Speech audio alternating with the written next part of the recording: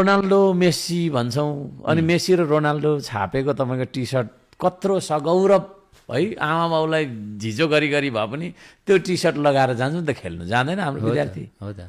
तर हाम्रो देशमा चाहिँ मेस्सी र रोनाल्डो हामीले बनाउनु के अरे समय दिउँ त विद्यार्थीलाई होइन।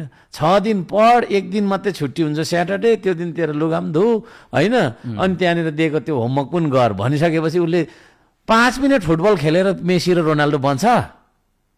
पटक्कै बन्दैन होइन। बरु खेलमा लगाइदिउँ, खेल है तिमीहरू ल होइन, सन्डे मन्डे ट्युसडे चाहिँ दिनभरि फुटबल खेल्ने अथवा के खेल्ने भनेपछि त त्यसरी ट्रेनिङ पायो भनेदेखि त त्यो पनि बन्ला नि त। रोनाल्डो र मेस्सी बन्दैन? भन्छ। अनि अरू दिन चाहिँ तपाईँको खाली किताब पढाएको छ अनि केही पनि छैन, न खेलकुदमा हामी छौँ है। हाम्रो स्पोर्ट्स पनि इन्डस्ट्री हुनु सक्यो त है। म्युजिक होइन एन्ड लिटरेचर पनि तपाईँको इन्डस्ट्री हुनु सकेन, त्यसमा गरी खायौँ त हामीले? कोही कसैले कलम चलाएर पेट पाल्न सक्यो त? सकेन होइन।